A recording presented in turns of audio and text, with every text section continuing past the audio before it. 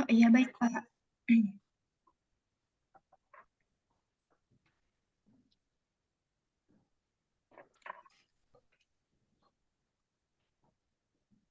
Kang Ardi boleh dimulai.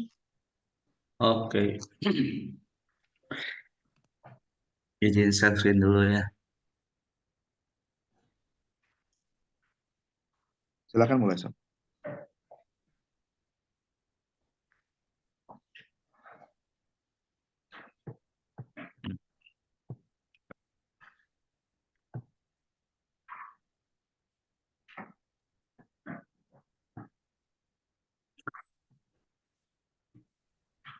Bismillahirrahmanirrahim. Assalamualaikum warahmatullahi wabarakatuh.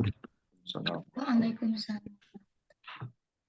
Alhamdulillahirabbil alamin wa bihi nasta'in wa ala umuri dunya waddin. Wassalatu wassalamu ala asyrafil anbiya'i wal mursalin sayyidina wa maulana Muhammadin.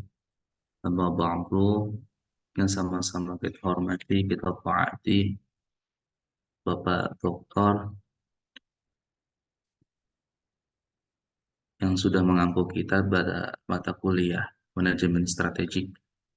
Kawan-kawanku, Mas pasca sarjana UIN Sunan Gunung Jati yang dirahmati Allah Subhanahu wa taala. Di momentum bulan Syawal ini kami presenter, mumpung ada masih bulan Syawal, mengucapkan taqabbalallahu minna wa minkum wasyamakum minal aidin wal faizin. Mohon maaf lahir dan batin. Alhamdulillah, segala puji bagi Allah, pada kesempatan pagi hari ini kita dapat berkumpul bermuajahah di dunia maya via aplikasi Zoom. Kita tolabul ilmi, adapun mata kuliah pada hari ini yaitu manajemen strategik, dan pembahasan pada hari ini adalah kepemimpinan dan manajemen strategik. Salat ma'asalam semoga tetap terlimpahkan kepada junjungan alam Nabi Muhammad SAW. Langsung saja teman-teman kita mulai. Kami dari kelompok 3, saya sendiri Ardiansah dan teman saya SK Hifdiyasahal akan membahas kepemimpinan dan manajemen strategik. Oke, yang akan kita bahas yaitu akan ada 4 pembahasan dalam kepemimpinan dan manajemen strategik. Adapun pendahuluan dalam kepemimpinan dan manajemen strategik yaitu perubahan lingkungan yang cepat dan sangat drastis memaksa pemimpin untuk memiliki kemampuan strategis yang pemimpin yang luar biasa agar dapat mengantisipasi perubahan tersebut. Banyak contoh perusahaan ataupun dalam hal ini konteksnya adalah dunia pendidikan.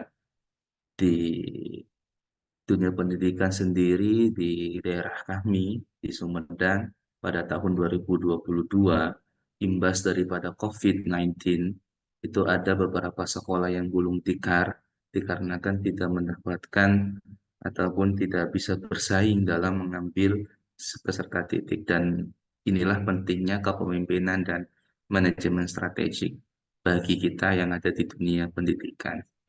Kita langsung saja ke pembahasan yang pertama, yaitu pengertian kepemimpinan strategik. Dalam konteks manajemen strategik,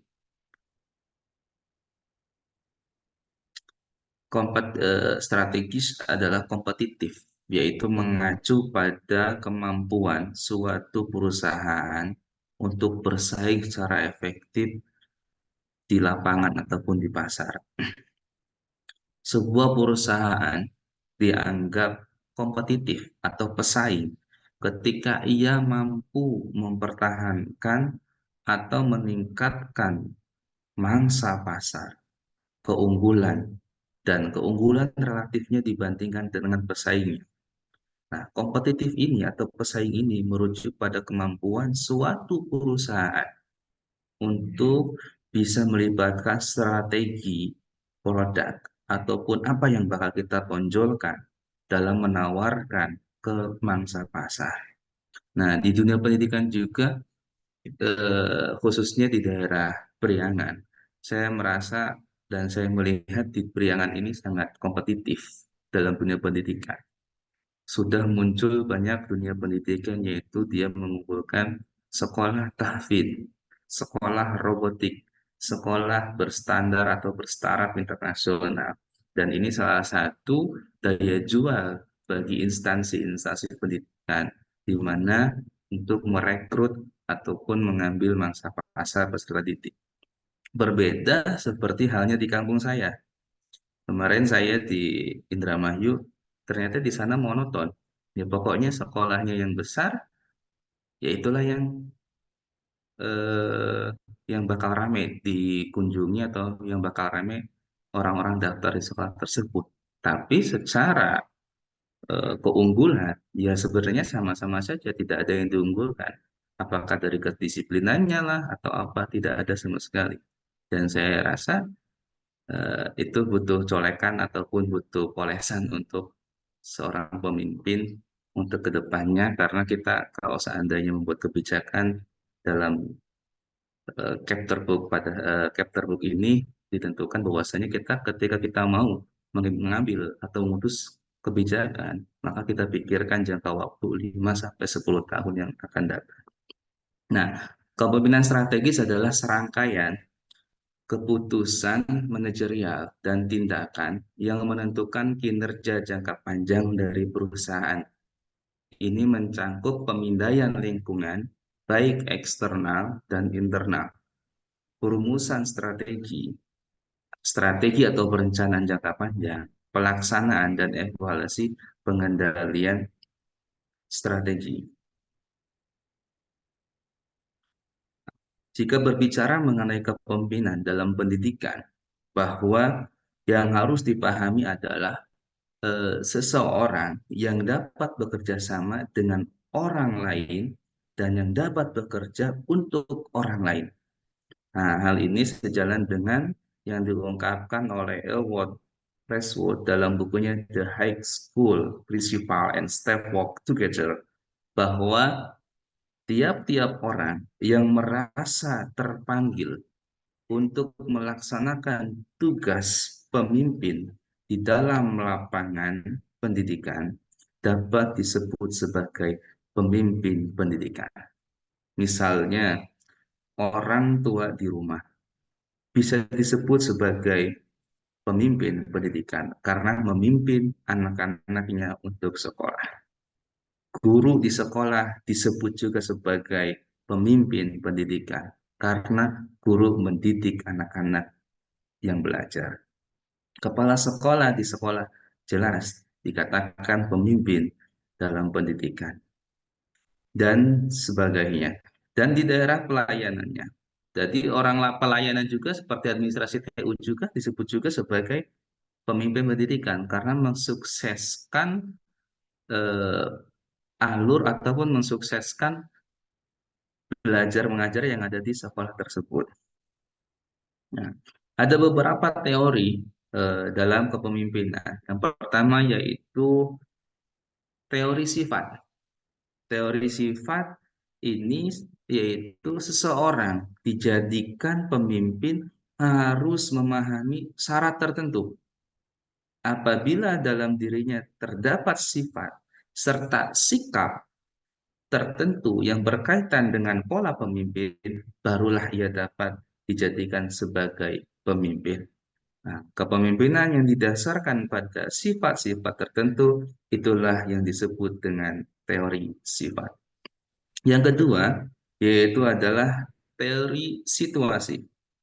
Jika seseorang dijadikan pemimpin dikarenakan dalam situasi-situasi tertentu atas kelebihan, keterampilan, dan sifat tertentu yang tampak pada dirinya atau yang tampak pada seseorang tersebut yang akan dijadikan sebuah pemimpin, sehingga dapat memecahkan masalah kelompok atau memecahkan masalah pada suatu instansi, maka kepemimpinan ini didasarkan oleh situasi yang ada.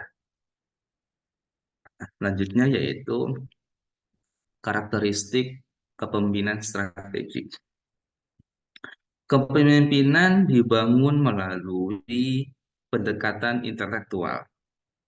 Bukan hanya pendekatan intelektual, namun juga pendekatan moral yang secara cerdas serta bijak memanfaatkan dinamika global maupun regional untuk kepentingan nasional maupun lokal, disertai dengan kemampuan menguasai berbagai keterampilan kepemimpinan. Apa saja sih keterampilan kepemimpinan? Yang pertama yaitu kepemimpinan strategi. Kepemimpinan strategis yaitu kepemimpinan yang efektif dan akseptabel, memiliki kemampuan strategis dalam merencanakan, memimpin, dan menggerakkan orang lain untuk organisasi atau melakukan kegiatan yang bersifat atau berimplikasi strategis. Yang kedua yaitu integritas. Integritas merupakan kemampuan untuk senantiasa memegang teguh prinsip-prinsip moral dan menolak untuk mengubahnya meskipun situasi yang dihadapi sangatlah sulit. Yang ketiga yaitu keterampilan pemimpin yang komitmen. Komitmen yang jelas terhadap kepentingan nasional dibangun melalui pendekatan intelektual dan moral disertai dengan usaha untuk menguasai berbagai keterampilan yang dibutuhkan dalam proses pencapaian tujuan. Ini adalah keterampilan dalam kepemimpinan. Nah, karakteristik pemimpin strategi yaitu kesimpulannya adalah karakter kepemimpinan ideal. Kepemimpinan dapat dipandang sebagai instrumen dalam upaya mempengaruhi dan mengendalikan orang atau sekelompok orang agar mau bekerja sama dalam mencapai tujuan tertentu. Selain itu, kepemimpinan sangat diperlukan dalam menggerakkan aktivitas suatu organisasi. Nah, selanjutnya yaitu kepemimpinan yang ideal sedikitnya mempunyai 8 karakter. Yang pertama yaitu cerdas. Kecerdasan ini didapati dari hasil belajar, sehingga kaya akan ilmu pengetahuan. Jika seseorang akan cerdas, maka sangat diperlukan.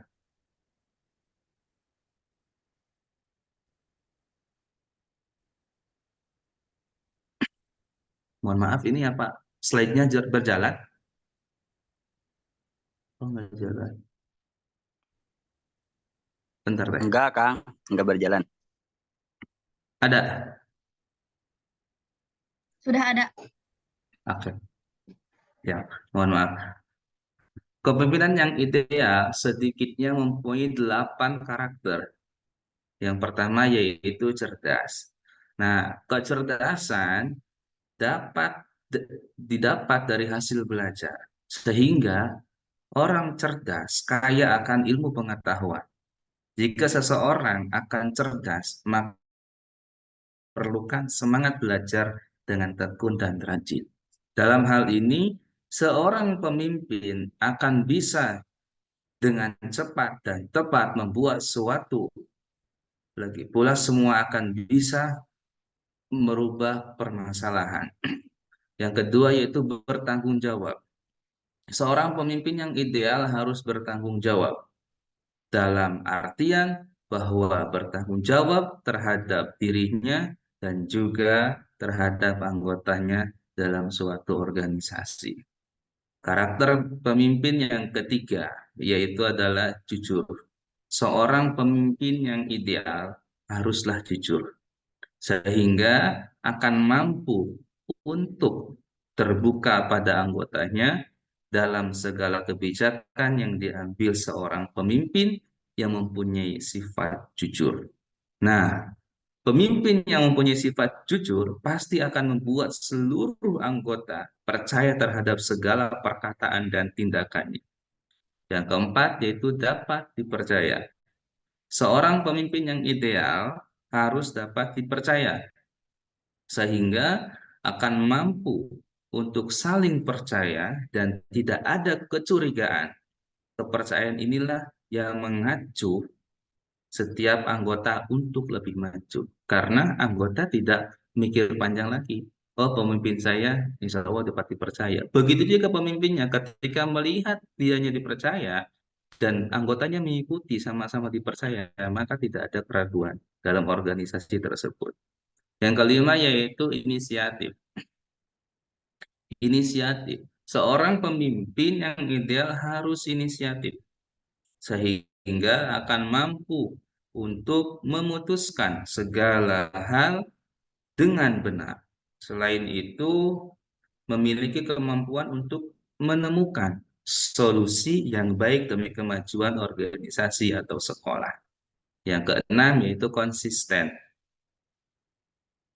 Konsisten dalam artian bahwa seorang pemimpin akan mampu menjalankan setiap aturan dan kebijakan, sedangkan konsisten ini beriringan dengan kata tegas. Dan tegas yang ada dalam artian bahwa seorang pemimpin tidak membebaskan anggotanya, namun juga mengekang. Yang ketujuh yaitu adil.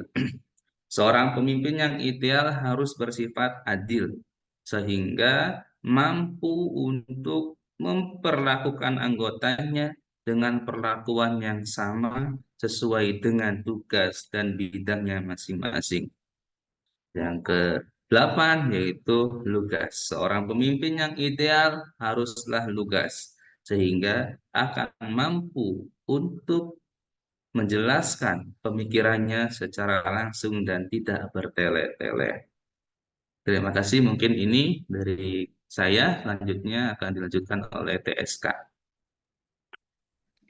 Ya, baik Kang Ardi, hatur nuhun.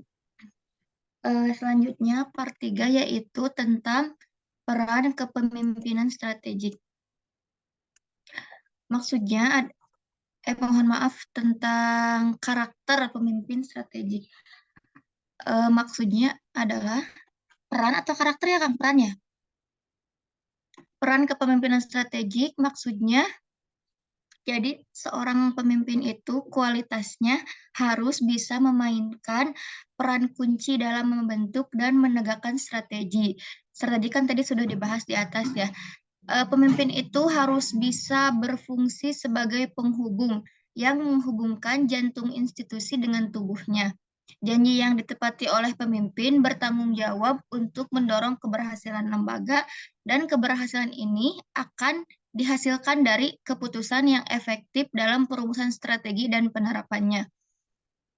Nah, jika strategi tidak dijalankan dengan sempurna, strategi sehebat apapun tidak akan berarti kalau misalkan si pemimpinnya itu tidak memiliki karakter yang kuat atau tidak memiliki visi misi yang kuat.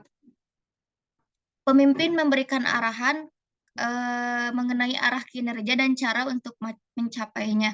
Jadi, pemimpin yang memimpin di sebuah lembaga itu harus mempunyai tanggung jawab lebih untuk menyampaikan visi dan misi, sehingga menggunakan strategi merefleksikan, menyusun rencana, dan mengawasi pelaksanaan fungsi.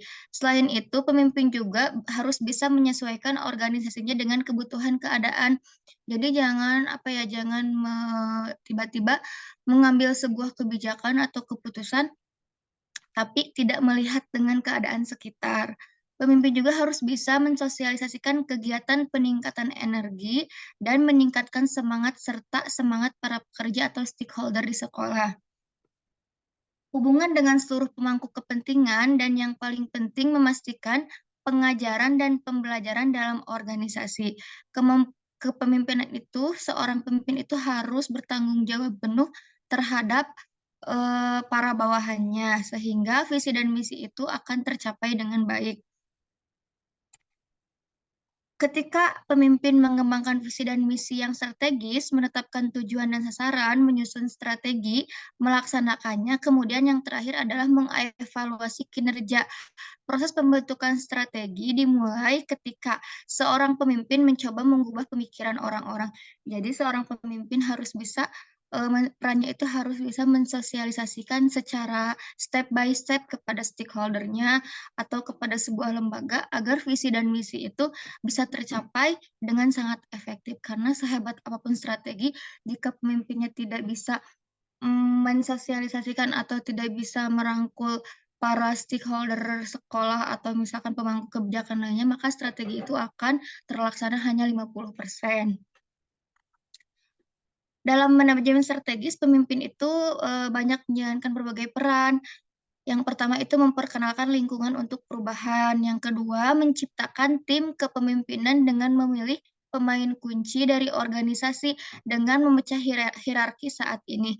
Tahap ketiga, pemimpin itu harus bisa merumuskan visi dan strategi dengan bantuan proses visioner yang memperjelas strategi untuk memahami organisasi keseluruhan. Kemudian pemimpin juga harus menciptakan atau mengadakan sistem evaluasi yang mengevaluasi strategi pada setiap tahapan pekerjaan dalam setiap organisasi. Karena ini akan membantu mengubah budaya yang memfasilitasi manajemen strategis. Next, Kak.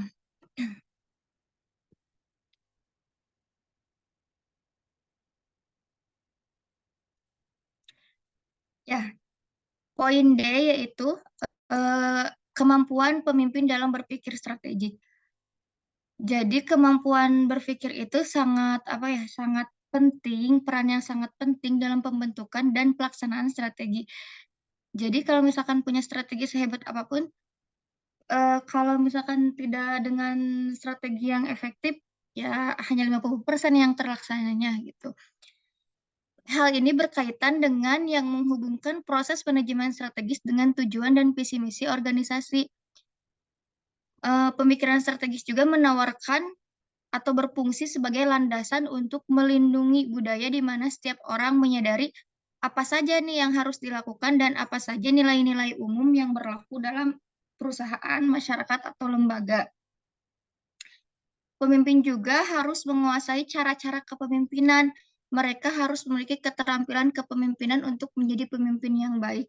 Jadi, pemimpin itu harus dapat membuat rencana bersama dengan para stakeholder atau masyarakat, mengundang anggota untuk berpartisipasi, membantu anggota tim, meningkatkan moral tim, dan membuat keputusan bersama. Pemimpin juga harus mampu melakukan keterampilan interpersonal, maksudnya yaitu hubungan antar manusia. Jadi misalkan hubungan kerja karena tugas resmi, hubungan keluarga, keterampilan dalam proses kelompok. Tujuannya yaitu untuk meningkatkan partisipasi anggota kelompok sehingga mereka dapat memaksimalkan potensi mereka. Yang kedua, pemimpin juga harus mampu melakukan keterampilan dalam proses administrasi personil. Maksudnya yaitu segala usaha yang efektif untuk menggunakan keterampilan karyawan. Jadi skill para karyawan itu harus bisa diasah, harus bisa terus distimulus oleh seorang pemimpin agar terlaksana visi dan misi tersebut. Seperti kalau di sekolah ya seperti penilaian supervisi, pengembangan serta kesejahteraan sosial atau misalkan workshop, karena itu sangat membantu agar skill para stakeholder sekolah itu bisa bisa dikembangkan. Yang ketiga itu keterampilan dalam menilai, harus berpikir dalam menilai juga karena usaha untuk mengetahui sejauh mana nih tujuan yang telah dicapai. Teknik dan prosedurnya itu menentukan tujuan evaluasi, menetapkan standar atau ukuran yang akan dievaluasi, mengumpulkan data, dan mengolah data untuk memutuskan hasil evaluasi. Nah, kepemimpinan strategis juga tidak hanya pada level di atas, ada level individu ataupun tim kerja. Namun, kepemimpinan strategis juga. Namun, Hages and Betty berargumen bahwa kepemimpinan strategis menjadi semakin penting bagi organisasi setidaknya karena 4 hal, yaitu yang pertama, pace of change. Maksudnya perubahan terjadi semakin cepat dan beragam, di mana seorang pemimpin itu harus bisa berpikir strategik karena individu atau organisasi itu hanya memiliki dua pilihan, yaitu menjadi victim of change atau master of change. Maksudnya, master of change itu mendapat banyak peluang dan kesempatan untuk bertumbuh dengan terjadinya perubahan. Sementara victim of change selalu mengalami dampak negatif dan kerugian akibat terjadinya perubahan. Yang kedua adalah increasing complexity. Dalam menyelenggarakan operasi bisnis, perusahaan atau lembaga berkaitan dengan pihak-pihak lain baik secara internal ataupun eksternal yang semakin beragam dan kompleks. Perubahan di satu pihak atau tempat akan sangat berpengaruh pada pihak lainnya. Yang ketiga yaitu growing ambiguity. Sering dengan meningkatnya kompleksitas, maka simpang siur atau ketidakjelasan terhadap segala sesuatu pun menjadi meningkat pula. Terkadang sangat sedikit atau tidak ada informasi sama sekali yang dapat digunakan untuk menganalisis atau menjadi dasar, serta membuat keputusan yang akurat dengan cepat dalam permasalahan. Yang keempat itu increasing uncertainty. Perubahan yang semakin cepat dan kompleksitas tidak menghasilkan ketidakjelasan atau simpang siur, namun juga memunculkan ketidakpastian. Keberhasilan penanganan suatu masalah dalam bisnis bukanlah merupakan perkara yang sekali jalan, bahkan berkali-kali pun telah dilakukan. Belum juga menampakkan hasil seperti yang diharapkan. Jadi, kemampuan berpikir kepemimpinan itu bagaimana dia bisa mengatasi masalah-masalah atau menghasilkan solusi yang tepat dengan berbagai motif sosial atau motif permasalahan sosial yang ada. Dengan 4 tadi yaitu phase of change, increasing complexity, growing ambiguity, dan increasing uncertainty. Sudah, Kang?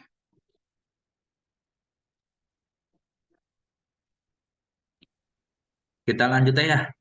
Ya. Berarti ke pertanyaan kelompok satunya belum ada. Kelompok 2. Apa? Kelompok satunya belum ada pertanyaannya. Oke, siap. Nah, jadi Kita mulai ya. Ya. Atau mau ada penjelasan dulu dari Bapak?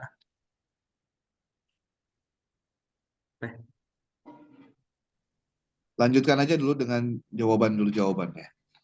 Oke, siap, Bapak. Pertanyaan dari kelompok 2 yang pertama yaitu bagaimana membangun tim kaum muda dengan kepemimpinan yang dihadapkan pada generasi milenial dan Z yang mempunyai sifat berbeda dengan generasi sebelumnya di dalam sebuah organisasi. Nah, ini TSK, ini berarti menyangkut di peran ya? Halo TSK? Ya. Ya, ini berarti menyangkut di peran yang tadi TSK jelaskan. Barangkali ada jawabannya, Teh? Bagaimana membangun tim kaum muda dengan Ya. Dengan ya, sifat yang tadi yang dijelaskan Kang Ardi yang integritas teh. Ah ya.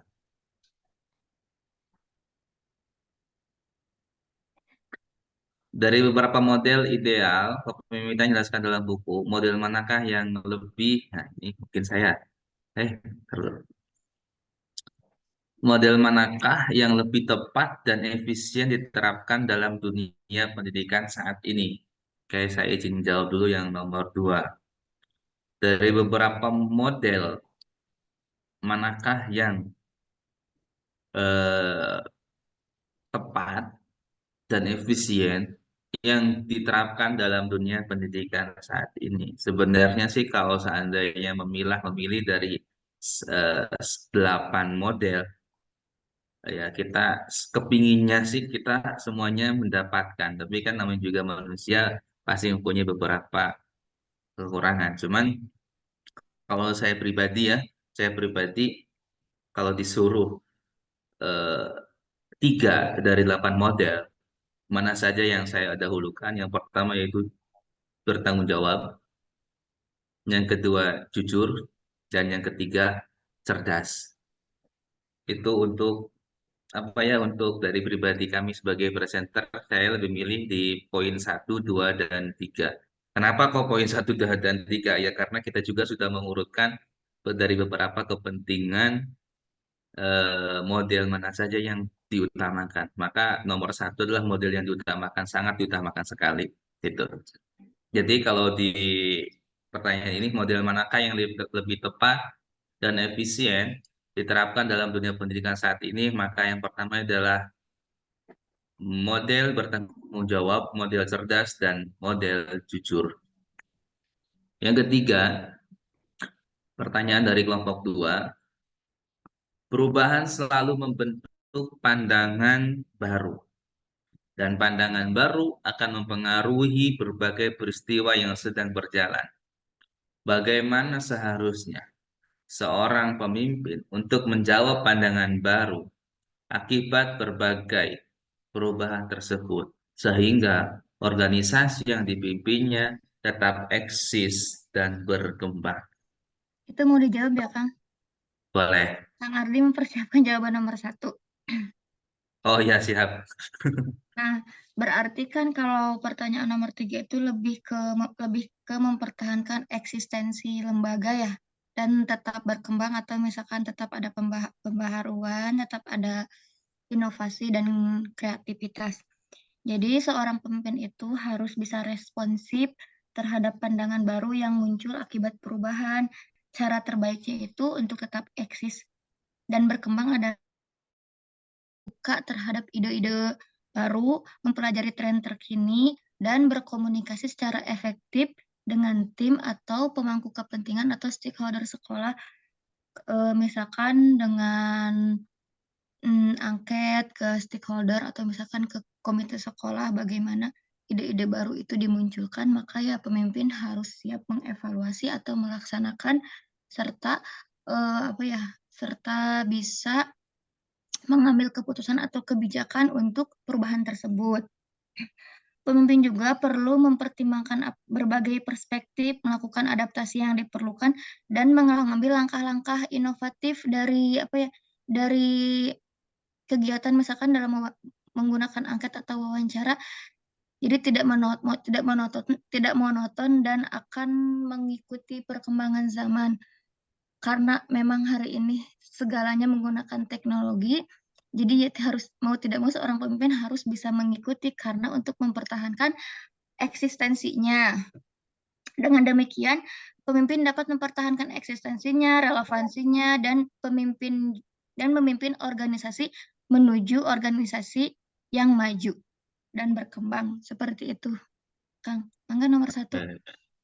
Terima kasih. Sekarang untuk nomor 1, bagaimana membangun tim kaum muda dengan kepemimpinan yang dihadapkan pada generasi milenial atau Z yang mempunyai sifat berbeda dengan generasi sebelumnya di dalam sebuah organisasi. Pertama, kita mengambil dulu permasalahannya.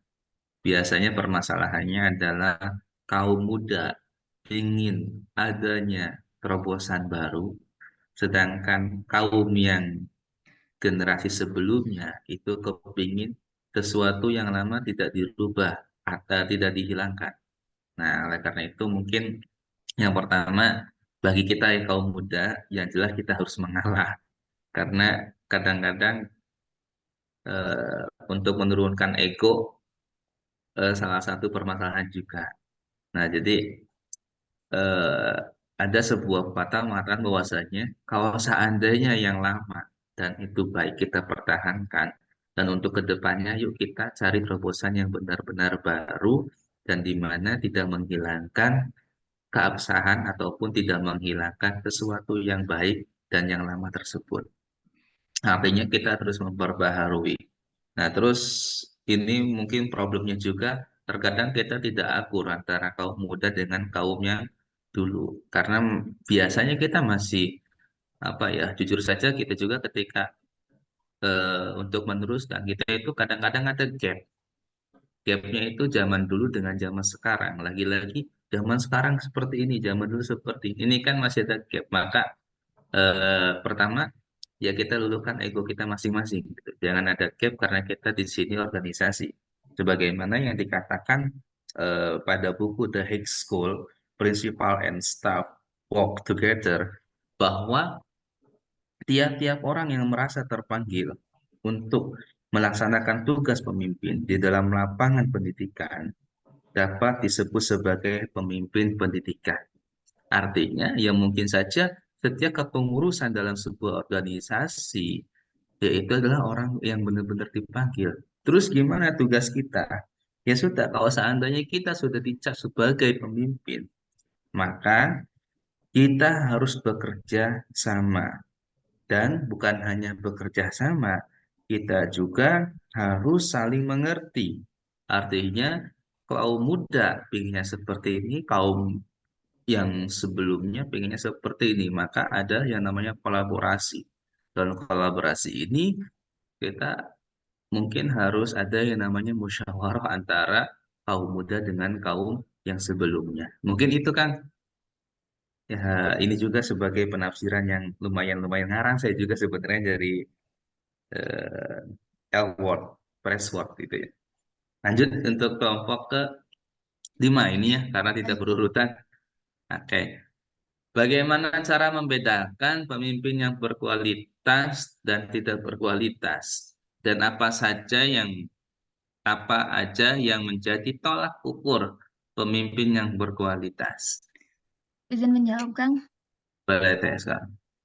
Kalau dalam Islam kan pemimpin yang berkualitas itu seseorang yang mampu melaksanakan 4 sifat Rasul ya, Kang. Yang tabligh, amanah, fatonah.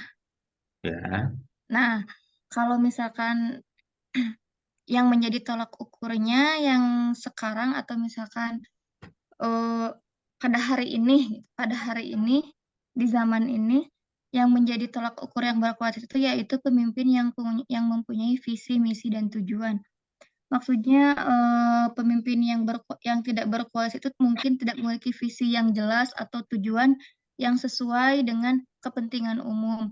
Jadi lebih ke kepentingan pribadi.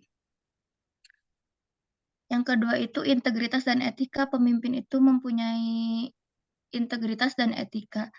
Jadi pemimpin yang berkualitas itu memiliki integritas yang tinggi, mempunyai nilai-nilai etika. Beliau lebih mendahulukan adab mungkin daripada ilmu dan terutama mengutamakan kejujuran. Sementara pemimpin yang tidak berkualitas menurut integritas dan etika yaitu pemimpin yang tidak jujur seperti korupsi atau melanggar norma dan etika. Kemudian yang ketiga, kemampuan memimpin. Pemimpin yang berkualitas mampu memiliki kepemimpinan yang baik, termasuk kemampuan berkomunikasi, mengambil keputusan yang tepat, dan memecahkan masalah. Sedangkan yang tidak berkualitas itu tidak mampu memimpin dengan efektif, tidak mampu bersosialisasi terhadap pemangku kepentingan masyarakat atau yang lainnya, sehingga lembaga itu stagnan, tidak mengalami perkembangan atau kemajuan. Yang selanjutnya yaitu kepedulian terhadap rakyat. Pemimpin yang berkualitas itu peduli terhadap kebutuhan dan kesejahteraan rakyatnya. Sedangkan yang tidak berkualitas itu tidak memperhatikan atau bahkan cuek atau mungkin melupakan kepentingan rakyat. Jadi hanya egois, mementingkan kepentingan diri sendiri. Yaitu kemampuan beradaptasi. Pemimpin juga harus mampu beradaptasi dengan perubahan dengan tantangan yang ada. Sementara yang tidak berkualitas itu tidak bisa menghadapi perubahan atau mengatasi tantangan dengan baik, tantangan yang ada pada perubahan zaman. Yang terakhir itu kemampuan bisa menyelesaikan konflik. Pemimpin yang berkualitas itu mampu menyelesaikan konflik dengan bijaksana dan adil. Sementara pemimpin yang tidak berkualitas mungkin cenderung memperburuk konflik atau tidak mampu menyelesaikan secara efektif. Jadi tidak menghadapi masalah yang menghasilkan solusi, malah menghindar dari masalah tersebut dan masalah tersebut berlalu tetapi tidak terselesaikan. Mungkin seperti itu, Kang. Tukang oke, bersama. siap. Lanjut ya, pertanyaan yang kedua dari kelompok 5. Bagaimana jika pemimpin hanya mempunyai 5 karakter dalam dirinya? Apakah masih bisa, mungkinnya ini bukan biasa. Apakah masih bisa disebut pemimpin yang ideal? Oke. Di sini kan dijelaskan ada 8 ya karakter seorang pemimpin. Bagaimana kalau seandainya kita mempunyai 5 karakter? Apakah bisa masih disebut sebagai pemimpin ideal? Pandangan saya pribadi bisa. Kenapa? Tidak semena-mena menjadi seorang pemimpin itu harus perfect, harus sempurna. Makanya terkadang kalau ketika kita mau menggait atau kita mau menarik atau kita mau merekrut seseorang, itu kadang-kadang kita kasih ciri, usianya sekian, kepentingannya sekian, tempat tinggalnya sekian, keahliannya sekian. Ya kalau seandainya tidak dalam ciri tersebut tidak semua pendaftar yang mau kita rekrut itu tidak memenuhi syarat tersebut, maka kita mengambil ya setidaknya ada pengurangan-pengurangan ciri-ciri yang tidak terlalu tidak terlalu penting dalam sebuah rekrutmen tersebut. Ya mungkin kalau dari pribadi saya sendiri ya masih dikatakan dengan pemimpin itu ya. Tapi yang namanya pemimpin insya Allah nanti dia akan menyempurnakan dengan evaluasi apa saja kesalahan, apa saja kekurangan dari seorang pemimpin tersebut. Itu untuk nomor dua. Nomor tiga, apakah kepemimpinan yang ideal itu sudah tertanam semenjak lahir? Iya, mungkin kalau saya pribadi sih, ya kalau semenjak lahir mungkin belum tertanam ya, karena bayi tidak ada yang menjadi presiden gitu kan. Apalagi bayi belum ada yang menjadi bupati. Artinya gini, eh, apakah pemimpin yang ideal itu sudah tertanam sejak lahir? Mungkin ini dengan by proses. Mungkin dari kecil dia sudah dididik oleh orang tuanya, oleh saudaranya, oleh guru-gurunya untuk menjadi sebuah pemimpin. Dengan apa dia dididik menjadi sebuah pemimpin? Ya mungkin dengan beberapa faktor lingkungan dan kepemimpinan yang ada di dalam keluarga. Dan bisakah orang yang tidak memiliki jiwa kepemimpinan itu dibentuk menjadi pemimpin yang ideal? Jawabannya adalah insya Allah bisa. Selagi ada kemauan dan juga ada usaha yang sangat luar biasa dari seorang tersebut. Karena kita tidak mungkin eh, semena-mena menjadi seseorang karena kita juga butuh yang namanya proses. Jadi usaha tidak bakal mengkhianati hasil. Maka kalau seandainya kita tidak memiliki jiwa kepemimpinan dan dibentuk menjadi pemimpin yang ideal, jawabannya adalah bisa asalkan kita mau belajar, mau usaha. Terima kasih. Kan mau menambahkan, Kelompok, oh boleh. apakah kepemimpinan yang ideal itu sudah tertanam sejak lahir? Tidak ya. Jadi ketika si anak dilahirkan itu menurut teori Piaget ya kalau nggak salah, bagaikan kertas putih dan bagaimana orang tua itu bisa bisa bisa apa ya, bisa menstimulusnya dengan baik. Ada kasus nih di sekolah, anak TK usia 3 tahun dia sudah terlihat potensi kepemimpinannya, misalkan baris selalu ingin di depan atau dia itu pengen selalu terdepan.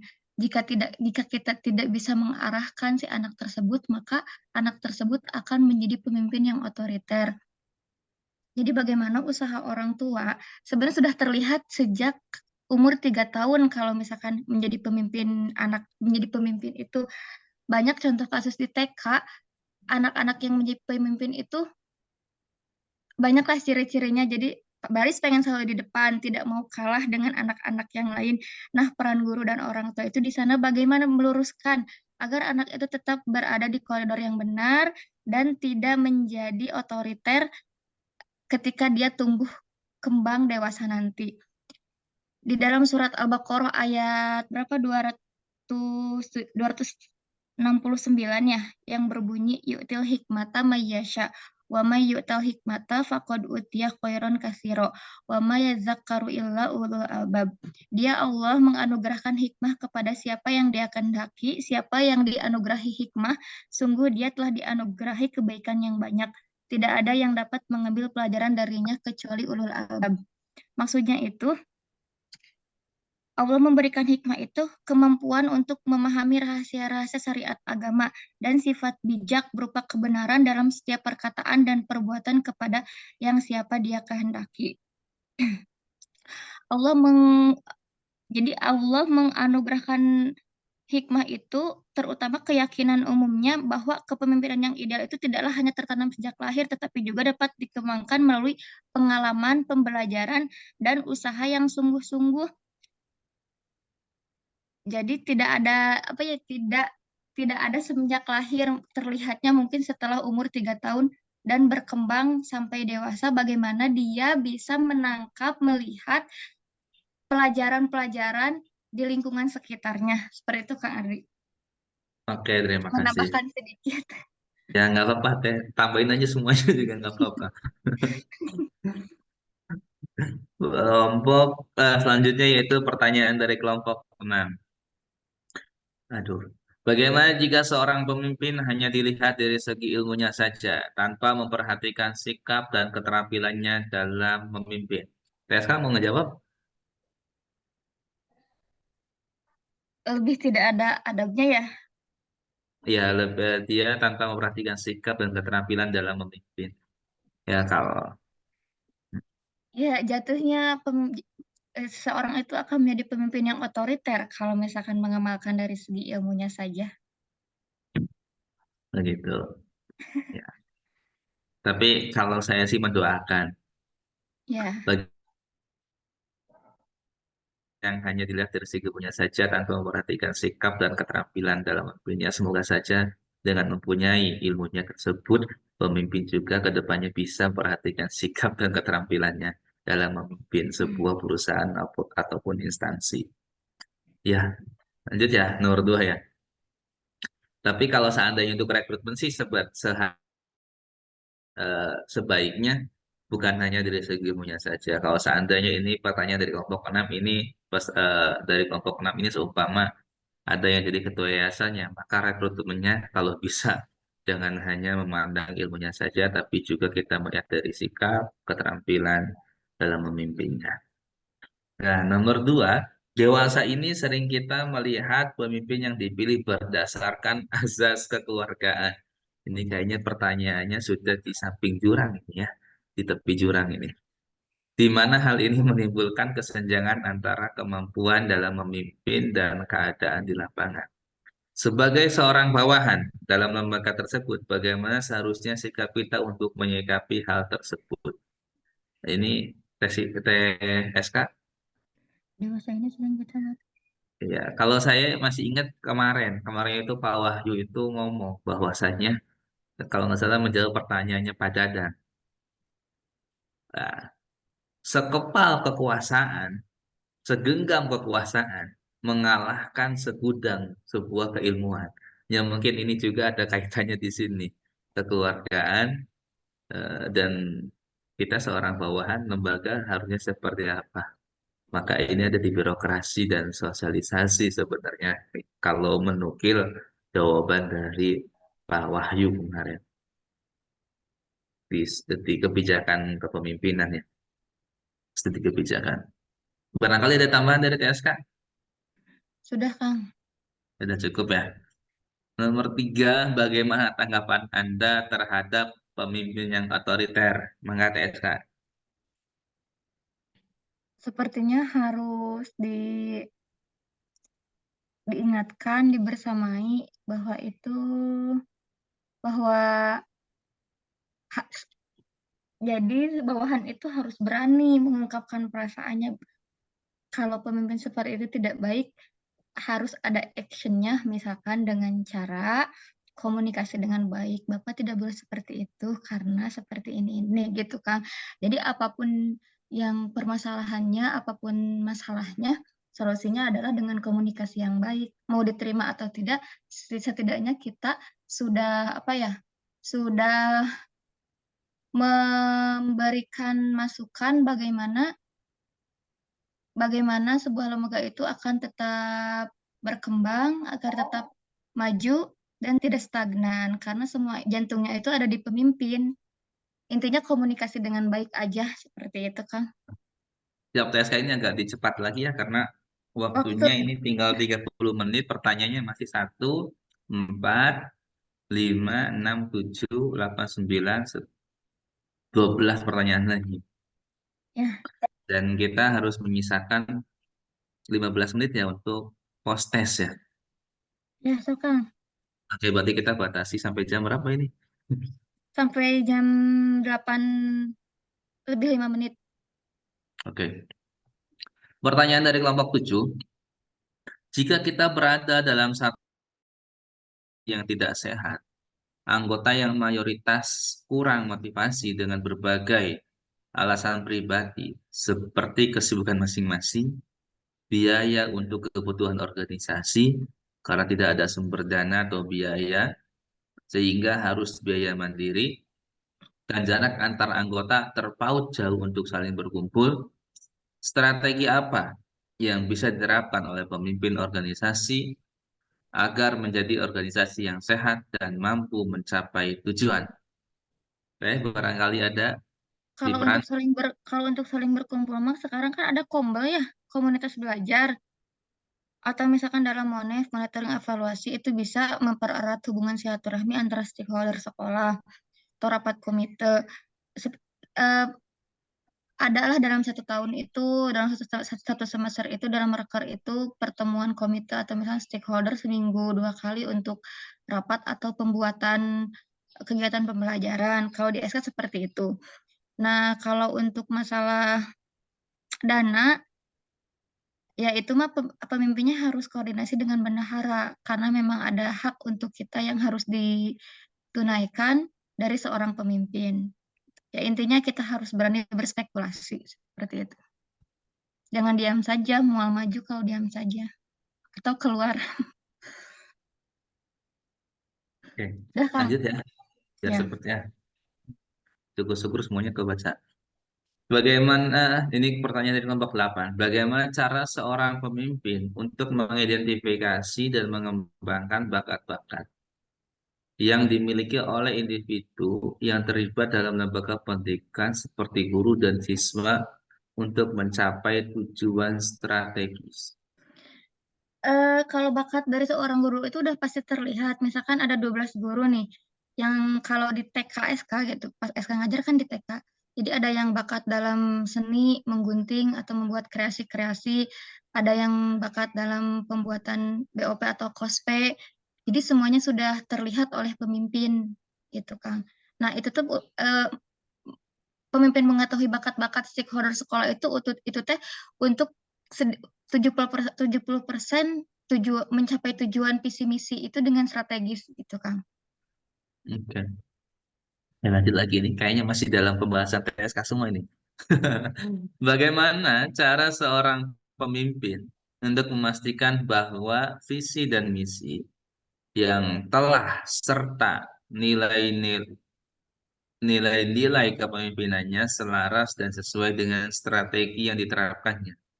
Bagaimana cara seorang pemimpin untuk memastikan bahwa visi misi itu telah selesai serta nilai-nilai kepemimpinannya selaras atau sesuai dengan strategi yang diterapkannya, Teh? Strategi itu bukannya visi misi ya? Apa? Strategi itu bukannya salah satu bagian bagian dari visi dan misi. Maksudnya mungkin ini bagaimana cara apa ya mengetahui bahwasanya visi misi ini sudah terlaksana atau belum? Ya dia Kalau ya saya sekolah itu mengeluarkan output anak-anak yang berkualitas. Misalkan kalau anak TK mah mengikuti tahfiz Quran di SD Rabani atau di SD yang lain, terus reward fisiknya mendapat kejuaraan misal 1, 2, 3, ya itu sudah apa ya sudah berhasil visi misinya. Jadi ada output yang mendapatkan reward gitu. Sudah berhasil berarti strategi yang diterapkan visi dan misinya. Jadi tergantung kembali lagi ke visi misi tersebut apa nih yang akan dihasilkan dari outputnya seperti itu Kang. Oke. Nomor 3, apa langkah-langkah konkret yang dapat diambil oleh pemimpin jika terjadi ketidaksesuaian nilai-nilai kepemimpinan dengan masyarakat sekitar?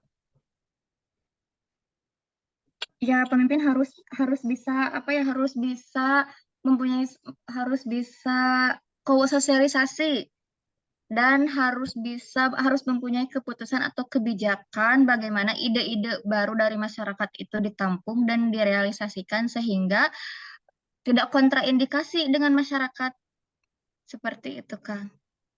Oke. Itu ya jawabannya ya. Ini pengalaman karena jadi Bu RW. Bro. Guru TK mah ini banyak kontraknya. Ya, biasanya sih kalau ketidaksesuaian dengan nilai kepemimpinan dengan masyarakat itu kita biasanya musyawarah gitu kan. Ya.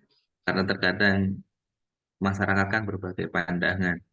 Tapi ada kepala sekolah, dia itu sangat luar biasa, enak banget. Kenapa enak? Enak. Kenapa enak sih? Karena lingkungannya apa ya? Positif. Lingkungannya itu sangat mendukung. Jadi apa-apa itu disupport terus sama warga sekitar.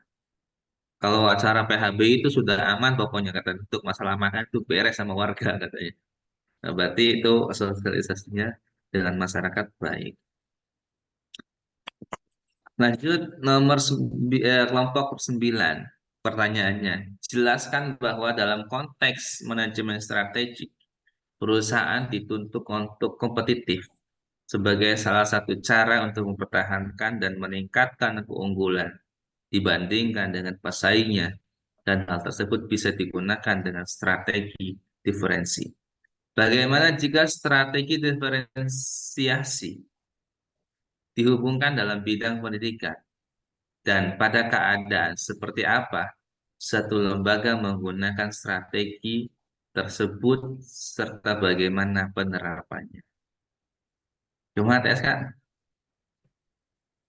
strategi diferensiasi. Bagaimana Kalau jika misalkan kalau di perusahaan strategi diferensi itu berarti mempertimbangkan kebutuhan ya. Jadi kalau di sekolah itu strategi diferensiasi itu jadi mempertimbangkan kebutuhan dan gaya belajar setiap siswa. Nah, dalam menerapkan strategi ini, pendidik dapat menyesuaikan pengajaran mereka untuk memenuhi kebutuhan individu siswa, sehingga meningkatkan pemahaman dan keterlibatan mereka dalam proses pembelajaran. Jadi inklusi gitu kan, kalau misalkan di kelas kelas Mm-mm. inklusi, tapi menggunakan pendekatan diferensiasi gitu. Jadi apa ya, kita saingnya dengan produk yang berbeda gitu teh ya. Ya, kalau perusahaan ada produk yang diunggulkan. Mm-mm. Produk yang diunggulkan. Terus kalau seandainya dalam satu lembaga menggunakan strategi tersebut serta bagaimana penerapannya. Nah, ini terutama di tahfidz ya, ini kan banyak banget nih sekolah-sekolah yang memunculkan ataupun yang ikoniknya adalah sekolah tahfidz. Nah, mungkin di sini kita bisa argumentasi apa yang kita tampilkan. Semuanya sama-sama tahfidz, tapi dari beberapa metode tahfidz kita menggunakan metode apa? Ada metode ilhamku menghafal Al-Quran menghafal Al-Quran seperti main game ada juga metode tilawati, ada juga metode al-barqi, ada juga metode qiraati, ada juga metode talaki, ada juga metode tarjih dan sebagainya. Nah, mungkin dari situ beberapa metode yang mungkin kita ngambilkan dari lembaga itu. Saya menguatkan menggunakan metode seperti ini karena metode ini ya kita presentasikan apa yang kita beda dengan lembaga lain. Dan bukan hanya kita presentasikan beda dengan keunggulannya, kita juga buktikan dengan hasil ataupun output dari lembaga tersebut. Lanjut ya. Nah, nomor pertanyaan kelompok 10. Apa saja poin-poin penting mengenai saling ketergantungan antara manajemen strategis dan kepemimpinan? Mangga TSK. Korelasi antara manajemen strategis dan kepemimpinan itu ya poinnya itu ya menjalankan visi misi dengan apa ya dengan sejajar gitu, tidak saling mendahului tapi mana Kang? Tapi harus saling merangkul seperti itu. Poinnya itu yang menjalankan visi misi, poin-poin pentingnya kalau misalkan dalam lingkup sekolah.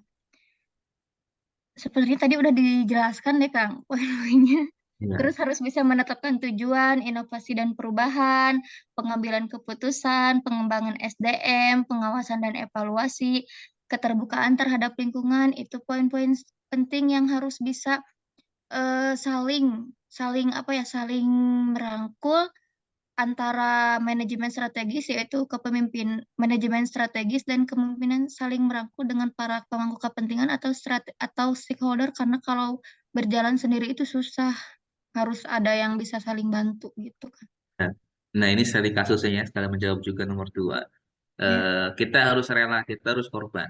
Contoh, ada sekolah eh, yang saya dulu itu, saya juga masuk ke dalam sekolah tersebut.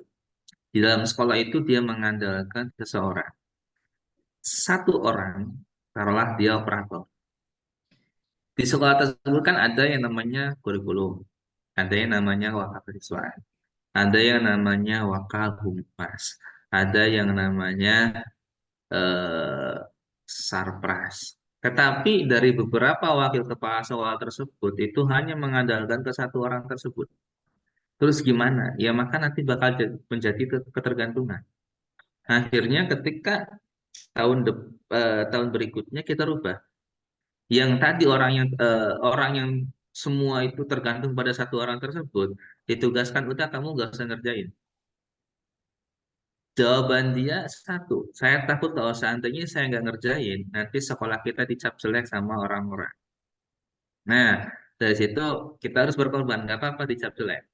Tapi yang penting ada rasa tanggung jawab bagi wakil kepala sekolah bidang ini, bidang ini, bidang ini, bidang ini. Kalau seandainya dikerjakan sama kamu semua, maka tidak bakal kerja. Jadi saya sarankan kamu berhenti untuk mengerjakan tugas orang lain. Tapi ya memang efeknya sekolah itu bakal kecap jelek. Cuman dengan berjalannya waktu, nanti bakal menjalin ataupun bakal berjalan yang namanya kepengurusan tersebut. Jadi tidak ada lagi sebuah ketergantungan. Itu itu ada studi kasusnya saya pernah bukan mengalami ya, melihat langsung kasihan juga gitu kan. Tapi yang mau gimana kita harus berkorban. Ya, untuk 1 tahun, 2 tahun sekolah itu dicap tidak aktif, nggak masalah. Yang penting untuk dalam hal masih membangun, kata saya tidak masalah dan itu salah satu perubahan bagus. Pertanyaan kelompok 11.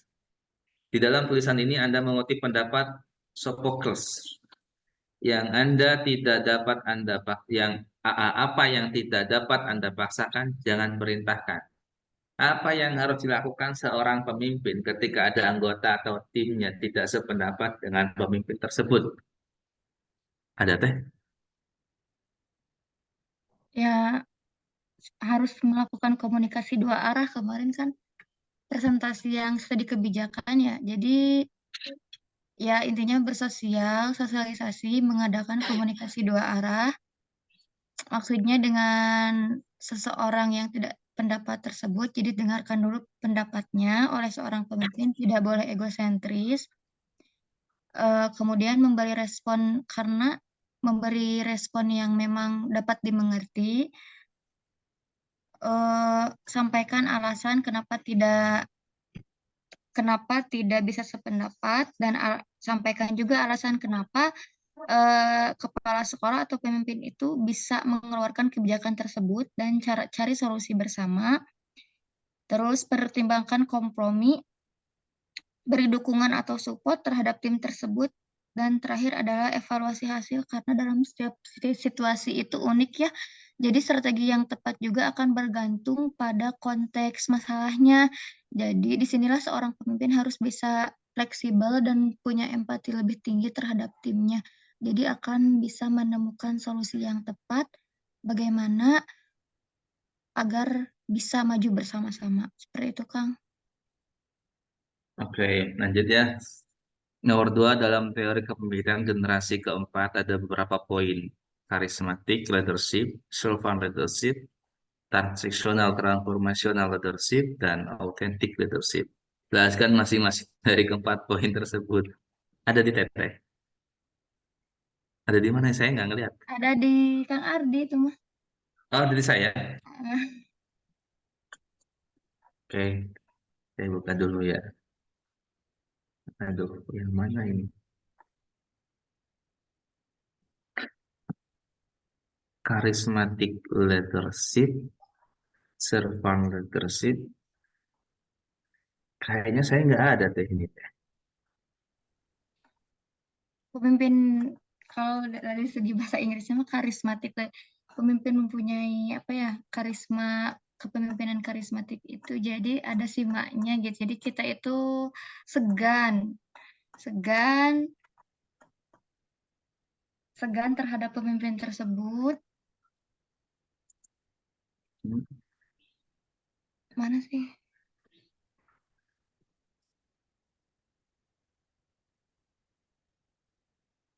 Bentar, cari dulu.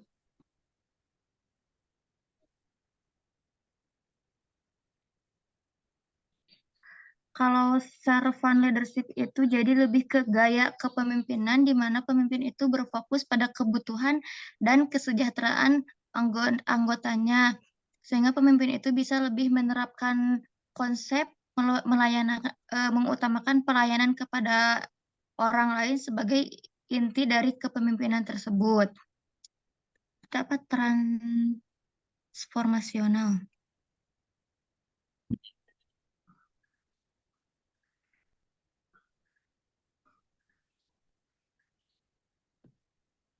Kang, boleh menambahkan? Boleh, Teh. Mangga, Teh. Kalau transformational leadership itu adalah pemimpin itu bisa menginspirasikan, kalau tadi mah pemimpin itu bisa melayani timnya, kalau gaya melayani, kalau ini mah pemimpin bisa menginspirasi dan memotivasi timnya untuk mencapai tujuan bersama melalui pengaruh karismatik tadi yang di awal, pertimbangan individual, stimulasi intelektual, dan dorongan terhadap kreativitas. Yang terakhir adalah authentic leadership. Pemimpin itu bisa apa ya, ke bawahannya itu bisa menekankan pentingnya kejujuran, integritas, transparansi, dan kesesuaian diri. Pemimpin autentik juga berusaha untuk menjadi diri mereka yang sebenarnya, tidak berpura-pura atau menyembunyikan diri, jadi tidak munafik, sehingga dapat membangun hubungan yang kuat dan saling percaya dengan orang lain. Jadi cenderung lebih terbuka terhadap masukan atau umpan balik dari para pemangku kepentingan atau dari stakeholder sekolah, dan menerapkan bersikap konsisten serta bisa menerapkan prinsip-prinsip atau pegangan-pegangan yang ditempuh sehingga bisa mencapai tujuan atau visi misi bersama gitu kan. Oke. Oke, siap. Makasih, Teh ya. Ya, Lanjut, ini yang dari kelompok 12 nih, pertanyaan dari kelompok yang terakhir ya. Bagaimana strategi kepemimpinan yang tepat untuk lembaga pesantren? Iya, kalau di apa ya, ini izin menjawab ya. Pesantren itu kan ada yang namanya otoriter, yaitu kepemimpinan masih dalam puncaknya dari Pak Kiai. Tapi juga kita dengan berjalannya pesantren juga berjalannya tahun ini, pesantren juga eh, masih mengikuti juga beberapa peraturan. Kalau nggak salah ini dibahas pada mata pelajarannya, mata kuliahnya siapa ya? Pak Pak Sulhan Sulhan, kalau nggak Pak salah. Sulhan. Pak Sulhan ya, ini udah Ya. dibahas sama Pak Sulhan. Jadi kita itu masih strateginya gimana ya? Ya kita harus seimbang dengan dua tersebut. Jadi otoriter, dalam artian otoriter ini masih dengan tangan Pak Kiai. Ketika Pak Kiai ngomong A, biasanya kita semua harus berupa A semua. Tapi terkadang kita juga pondok pesantren juga apa merespon perubahan zaman juga. Jadi kita harus siaga dua-duanya. Terus yang kedua, bagaimana strategi kepemimpinan menghadapi masalah yang ada di internal dan eksternal lembaga. Nah, menghadapi masalah yang ada di internal dan eksternal lembaga. Ini karena saya belum pernah mendapati ini ya, jadi saya kurang paham. TSK barangkali pernah mendapati masalah internal dan eksternal di lembaga, Eh, kalau strateginya seperti kan apa. kalau misalkan internal mah di perasrama ya, paling Mm-mm. masalah telat bayar SPP yang kayak gitu kan, yang pernah dialami mah. Sehingga bendahara itu harus bisa apa ya, nalangan gitu kan, harus Sunda nama terkobongnya. Itu masalah internal yang pernah dipecahkan bersama. Kalau masalah eksternal lebih ke output. Jadi bagaimana si santri itu bisa mempertahankan konsisten konsistensinya terhadap ajaran-ajaran yang sudah diajarkan oleh para kiai di pesantren. Kalau eksternal. Nah, lanjut pertanyaan yang ketiga, dan ini menjadi pertanyaan penutup atau terakhir. Bagaimana strategi kepemimpinan dalam pengelolaan administrasi keuangan?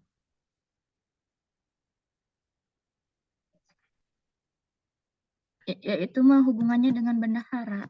Ya, tapi yang pertama harus mempunyai seorang bendahara itu harus mempunyai idealis sebagai pemimpin. Yang pertama jujur, yang kedua harus bertanggung jawab.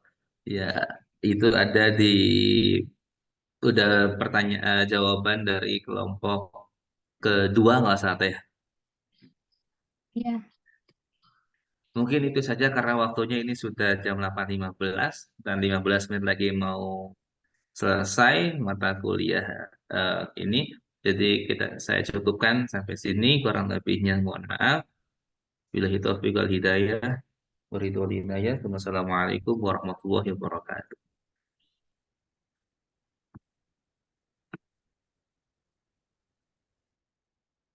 Ya,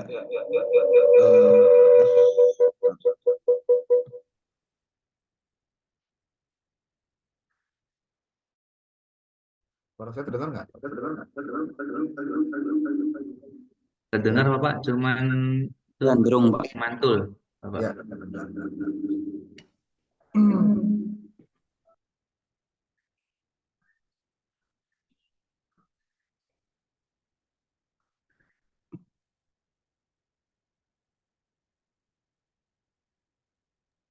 Ya, mudah-mudahan suaranya jelas ya.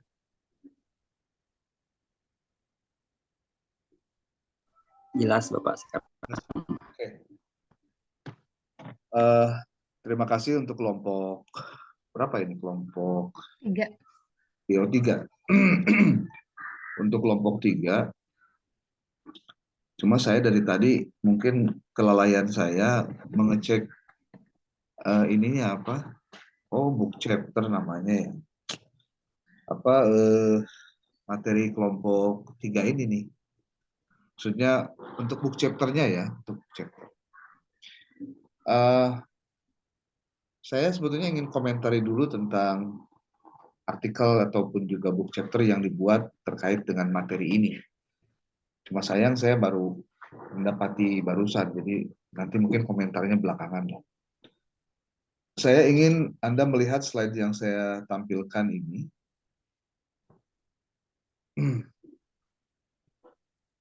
Terkait dengan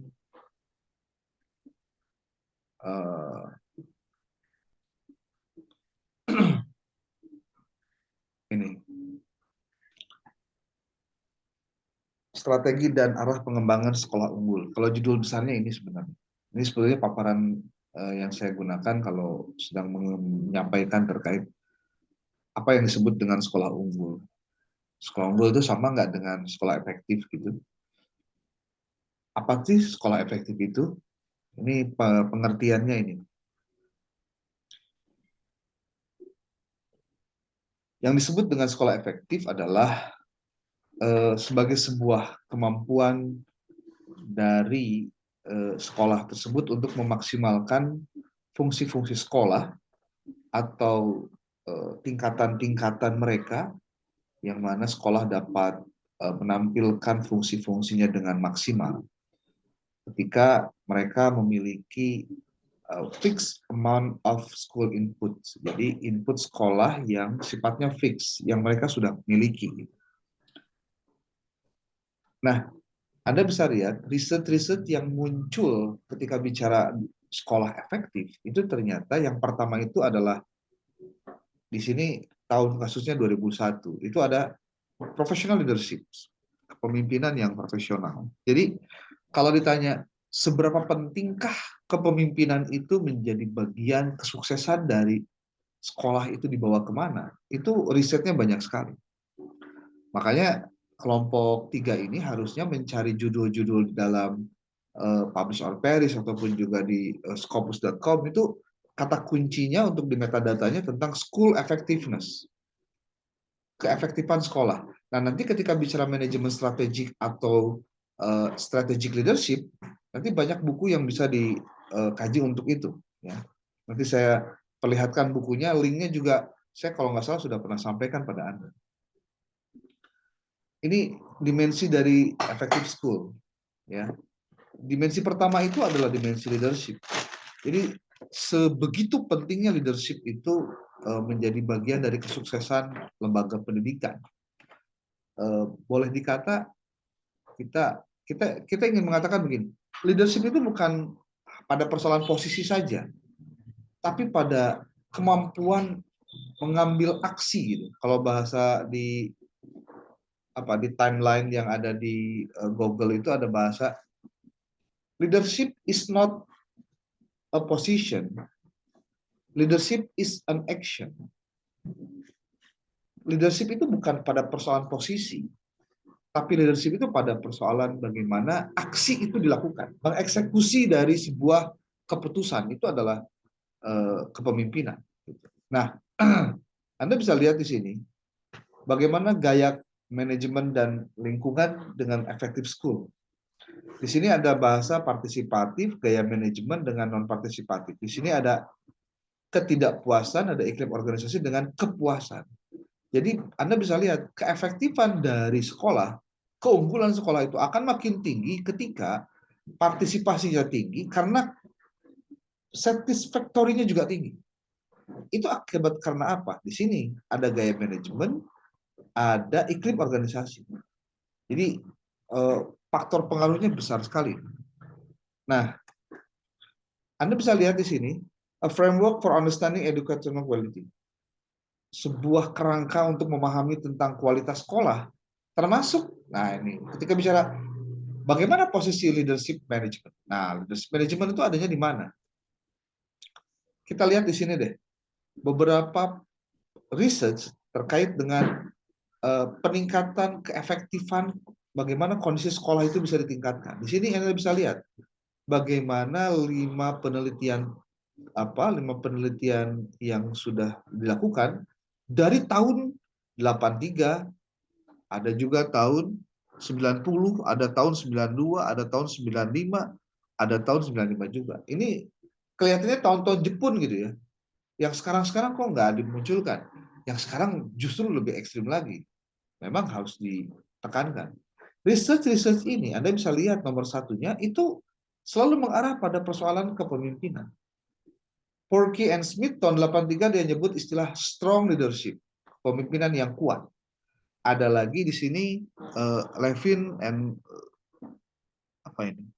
Lezote itu tahun 90 dia menyebut outstanding leadership, kepemimpinan yang luar biasa gitu.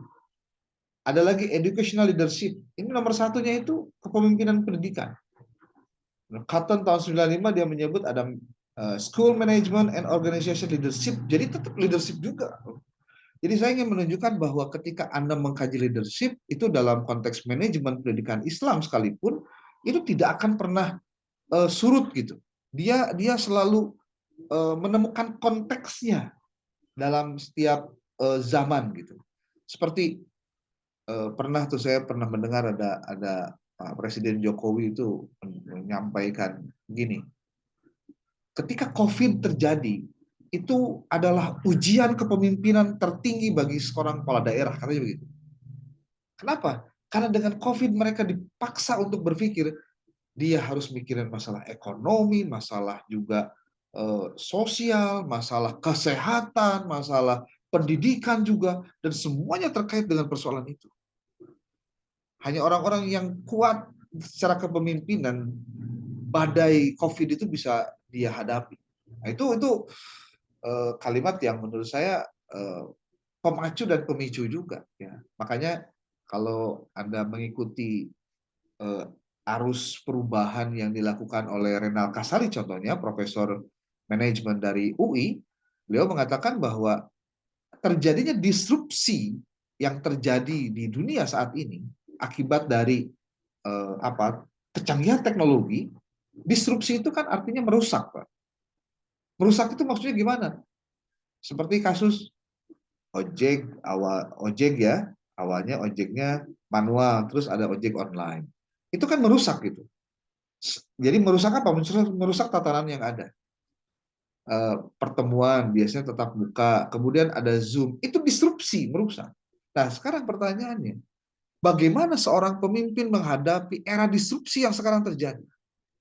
Kalau orientasi dan cara berpikirnya masih biasa-biasa saja, maka dia akan menghadapi banyak kendala, termasuk tadi pertanyaan-pertanyaan yang kekinian seperti bagaimana berhadapan dengan teknologi, kecanggihan teknologi, bagaimana berhadapan dengan generasi Z, generasi milenial, ketika seorang pemimpin yang lama bertemu dengan anak buah yang zamannya berubah, yang berbeda, itu bagaimana? Nah, ini tidak mudah menjelaskan itu karena harus ada banyak riset yang dilakukan. Dan beruntungnya, Bapak Ibu, Anda semua bisa belajar dari membaca dan menelaah hasil-hasil best practice yang sudah dilakukan orang lain yang kemudian Anda bisa membaca hasil penelitiannya dalam jurnal ataupun juga yang lain. Nah, ini penting saya sampaikan pada Anda semua karena saya tidak mau berhadapan dengan suasana begini. Kuliah nage kieu geningan. Bukan kuliah nage kieu geningan. Atau geuning ngajar nage kieu geningan. Jadi kalau saya pernah menyampaikan materi dan dapat sesi diskusi dari audiens, dia mengatakan begini. Cara satu-satunya bisa berhadapan dengan situasi disrupsi sekarang adalah kita sendiri harus mendisrupsi diri sendiri. Nah, itu kalimat yang menurut saya powerful. Jadi kita sendiri harus ngerusak diri sendiri. Maksudnya ngerusak gimana, Pak? Ya ngerusak tuh gini. Biasanya kita tidak pernah sesuai dengan timeline, sekarang sesuai dengan timeline. Awalnya rencana operasional hanya sebatas dokumen yang disimpan di dalam laci, sekarang justru harus digunakan contohnya. Itu kan mendisrupsi, melakukan hal-hal yang belum dan tidak biasa dilakukan untuk sesuatu yang biasanya harus dilakukan. Awalnya orang-orang muda tidak pernah diberikan kesempatan untuk berkiprah karena kepemimpinan kaum yang tua, kemudian diberikan kesempatan. Itu kan disrupsi sebetulnya. Dan yang paling ekstrim itu adalah leadership yang mendisrupsi dirinya sendiri. Karena apa? Kalau tidak disruptions dilakukan, maka disrupsi itu sendiri yang nanti akan kena ke leadership. Jadi kalau bahasa di dalam bisnis, kalau Anda boleh lihat itu, ada bahasa begini. Apa yang membuat Nokia dan Kodak sebagai perusahaan besar yang ada di dunia itu tidak bisa bertahan? Padahal mereka tidak melakukan kesalahan apa-apa. Ternyata jawabannya sederhana. Karena mereka tidak aware dengan yang namanya musuh-musuh yang tidak terlihat. Itu bahasanya. Bagaimana musuh-musuh yang tidak terlihat itu? Musuh-musuh tidak terlihat itu adalah mereka-mereka yang ada di luar sana yang sedikit banyaknya akan aktivitas itu. Anda bisa bayangkan bagaimana ada lembaga pendidikan yang kemudian gulung tikar karena tidak bisa bersaing dengan lembaga yang lain. Sekarang pertanyaannya, kenapa lembaga itu kemudian bisa gulung tikar? Apa hanya gara-gara ada lembaga kompetitor? Enggak juga. Kompetitor mau diam atau tidak, Anda mau berharap atau tidak, dia pasti ada. Contoh, ada madrasah sanawiyah. Di satu kecamatan ada 5 madrasah sanawiyah. Kemudian dari 5 itu ada satu madrasah sanawiyah yang punya madrasah aliyah.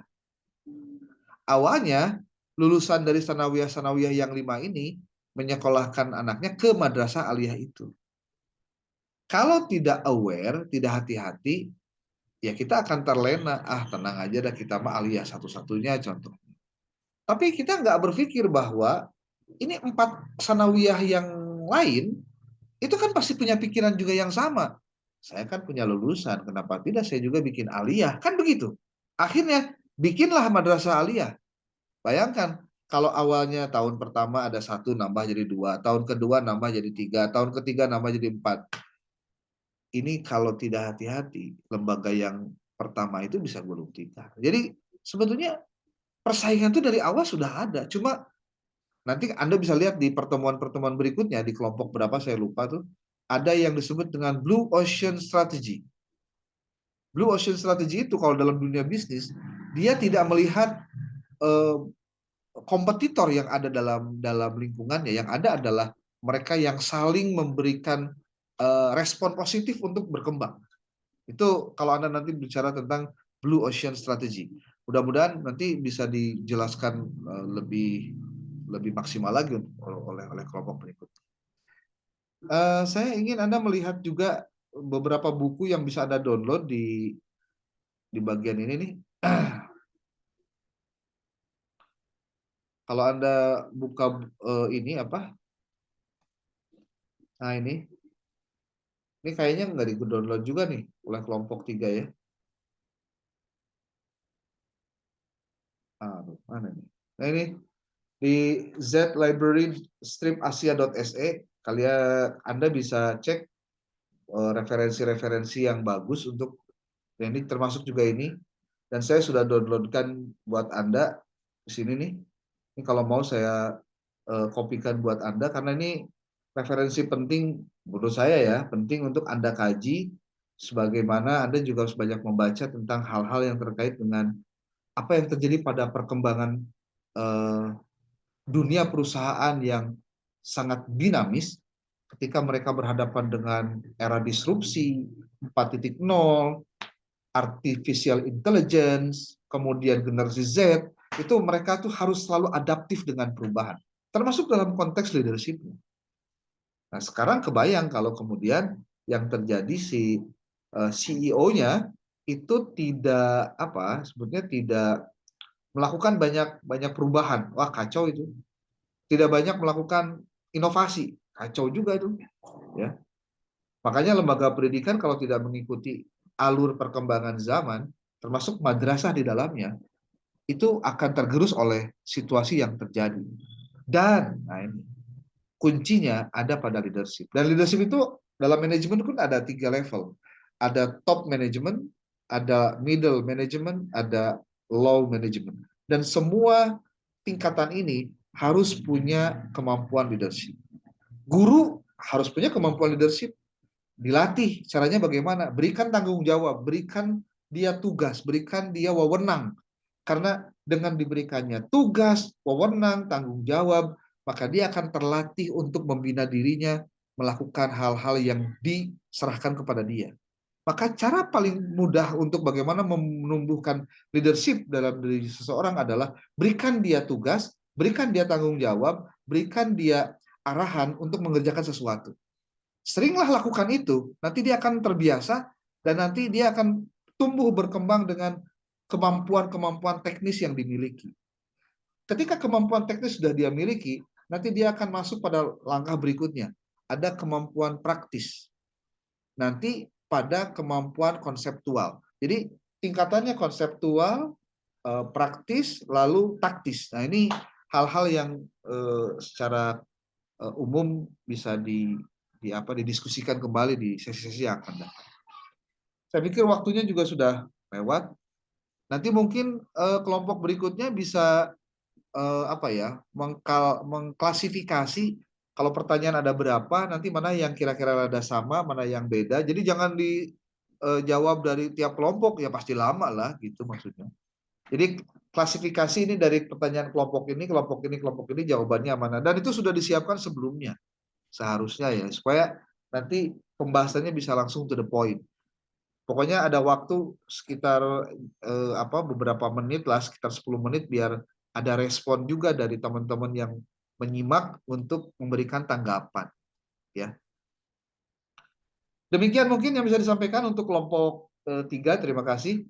Tolong disampaikan ini Bu SK ininya yang hadir dan tidak hadirnya untuk kesempatan kali ini ya. Ya, baik, Pak. Oke. Ya. Saya sebetulnya di pertemuan ini ingin menyampaikan terkait dengan persiapan UTS dan UAS yang sebelumnya sudah pernah disampaikan, dan saya tidak tahu nih bagaimana perkembangan Anda memahami tentang UTS dan UAS yang sudah saya sampaikan sebelum-sebelumnya di pertemuan pertama. Apakah artikelnya sudah selesai, jurnal targetnya kemana? Nah, saya minta nih PJ atau BSK untuk silakan bertanya kepada teman-temannya, kemudian silakan diklasifikasi, berdasarkan UTS UAS, kemudian jurnal targetnya apa, judulnya apa, jadinya lokasi penelitiannya di mana. Nah, kalau ada hal-hal yang ingin Anda diskusikan, silakan. Grup itu jangan diam gitu ya. Cobalah beraktivitas. Nanti mudah-mudahan kita bisa saling memberikan masukan satu sama lain. Ya. Ya, baik, Pak. Oke, terima kasih. Billahi taufiq wal hidayah. Wa muwaffiq ila aqwamit thoriq. Assalamualaikum warahmatullahi wabarakatuh. Waalaikumsalam. Waalaikumsalam warahmatullahi wabarakatuh.